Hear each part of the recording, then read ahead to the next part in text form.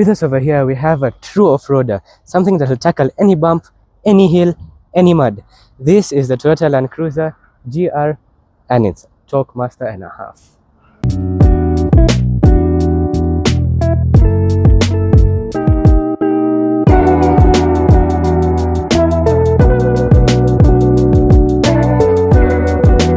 To be specific, this is a Toyota LC300 diesel edition. Powering this beast is a twin-turbo 3-liter V6 engine diesel, produces around 300 horsepower and 700 Newton meters of torque, which is a lot if you compare it to any other car, especially this size. No hills are stopping this, no mud is stopping this, no weight luggage is stopping this. But nowadays, you would never know, so don't listen to me. Carry a spare kit, an emergency kit everywhere you go.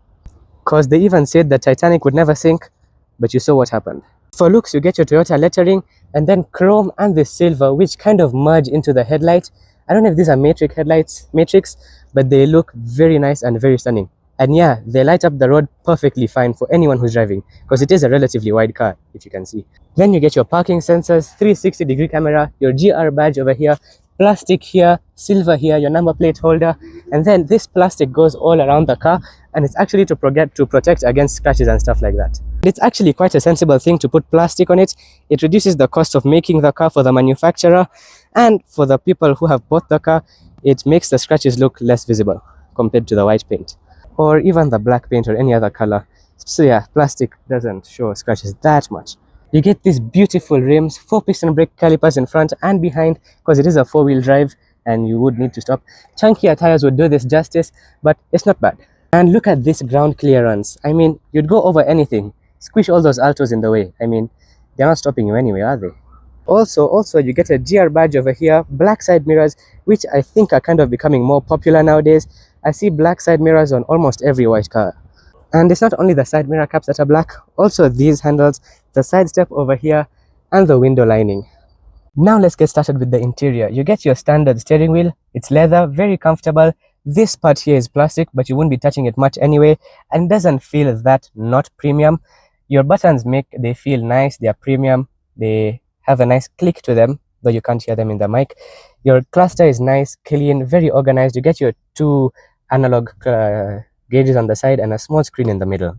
You get your window controls over here, which are nice and accessible, and you don't have to cram your hand into the back to reach them, unlike other cars. Then you get 2-tone leather, so it's black here, red here, similar to the seats and the rest of the car, and wooden finish over here. You get your bottle holder over here and quite a small door bin, but I don't think you'll be needing these if you see the rest of the storage in this car, because you get storage over here, which is very huge. Let me just move that to the side and show you. You see my hand can go all the way in. Then you have an extra slidey thing on top, and if you can't reach it from the other side, don't worry, because it can open from the other side as well. Plus there's even more storage over here, and you get 2 places, one up and one down. Maybe this one up here is to store your manual and stuff, and you'll still have space to store your other stuff like your sunglasses and stuff, even though you could decide to put your sunglasses right there. And this is felt lined, so it's premium. Moving on to the center console, you get your huge infotainment screen over here, and it has everything you would need. I'll show that to you when it's on. Your gear selector, your 4-wheel drive modes over here, so you can have 4 high, 4 low, and your other stuff. I think it has 2 low, but maybe not. Then you have your diff locker over here, your mode selector, so you can even choose to have off-road mode, comfort mode, those kind of stuff. Cup holders here, wooden finish, so it makes it feel very premium, and it's not the scratchy type, it's quite smooth. Then you get a wireless charging place over here. Actually use this, it's very nice to use, and actually it makes it very convenient if you've forgotten your charger. But if you have your charger, you still have ports over here. Yeah, I forgot my charger on the trip to National Park. Then your buttons over here, which are very premium and give you that expensive feel. Your heated and ventilated seat controls and the heated steering wheel controls, plus your AC controls, and you have your vents right there. You also have your cup holders over here, and in case you have a very tall cup, there's a small tab over here which you can pop open, and voila, you can now fit a huge cup in there.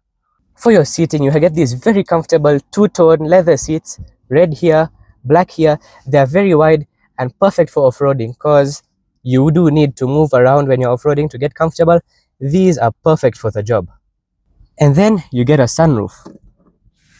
So it's perfect for the park as well, because you can stand out and look at the lions. and not be like people standing out of the windows of their Pro Box trying to look at the lions. And this car has GR written everywhere to constantly remind you are in a Gazoo racing tuned car. Here, you get it so many badges outside and even in your steering wheel. And to the guys who are watching, this might be the most premium gas selector I have ever seen in a Toyota. You also get your parking brake over here, but honestly, guys, Toyota, in an off-road car, you need the handbrake, the actual manual handbrake. Bring that back, please. Say that again? Now, moving to these back seats, you can see they are very comfortable, very wide seats. You get tons of leg room, foot room. By the way, this seat is all the way back, and you get a decent amount of headroom. And even though it is a 5-seater, it's quite easy to make it a 6-seater because 4 people will fit here very easily. That is unless you're using the ISOFIX points and have a baby chair in this chair. The back passengers have as much luxury because they can also open this from here. Sorry, that was a bit hard. Then they have their own AC vents here and up here. They get heated and ventilated seats, except this middle guy. You know, the middle guys are the least privileged because they even have this bump over here and everyone coming to move their legs so that they can actually control their screens. Then their AC controls, you get 2 plugs over here, USB-C and the old people plug. And you have the fan speed over here. Plus, you even get document storage over here as well as here, and even more storage in the side in the door bins. And then there's the wooden finish, so that makes it feel very premium, as well as the red leather and the black leather. There's nothing that feels cheap in this car. Then over here in the middle, there's this thing which comes all the way down. Very comfortable if you don't have someone sitting over here. And it has cup holders, so you don't have to spill your drinks or hold them while you're off-roading, though you wouldn't most likely have drinks when you're off-roading. Let's continue. You get reading lights up here, but there's only one thing I wish they had done with this car is extend the sunroof so that even the people sitting here can pop out the roof and look at the animals from up. One thing I forgot to mention about this car is that it has a JBL sound system, and if you want to just listen to music and vibe, this car, the music system's amazing. And so that you're always reminded that you're entering a Landcruiser or leaving it, there's a Landcruiser written over here on all 4 doors in this specific area. The rear looks nice and bulky with these lights over here. They have a bit of aero over there.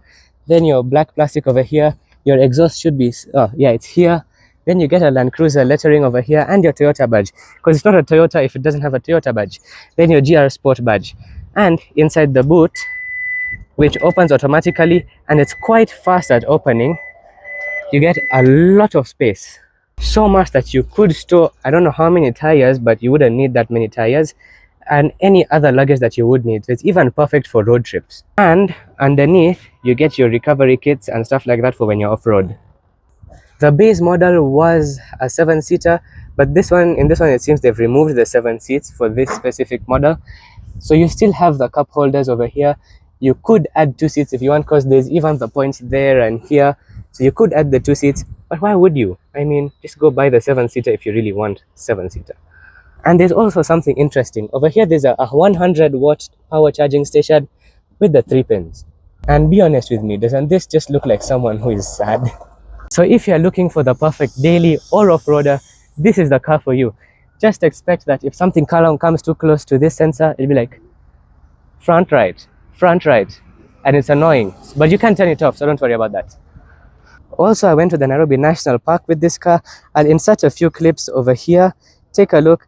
The views were amazing, the car was amazing, and the overall experience with the Landcruiser, top notch. Also, this Prado is extremely fuel efficient, getting up to 11 kilometers per liter. And if you know how much that is, it's more than the 1.6 liter Subaru Impreza. Yeah, it's very fuel efficient.